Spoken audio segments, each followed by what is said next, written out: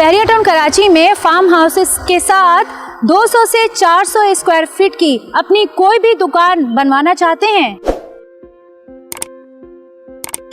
अस्सलामुअलैकुम, progressive real estate के साथ मैं हूं आपकी मेज़बान सुमैरा कुरैशी। हम लोग मौजूद हैं प्रेसन 18 के फार्म हाउसेस के मेन गेट के बिल्कुल सामने।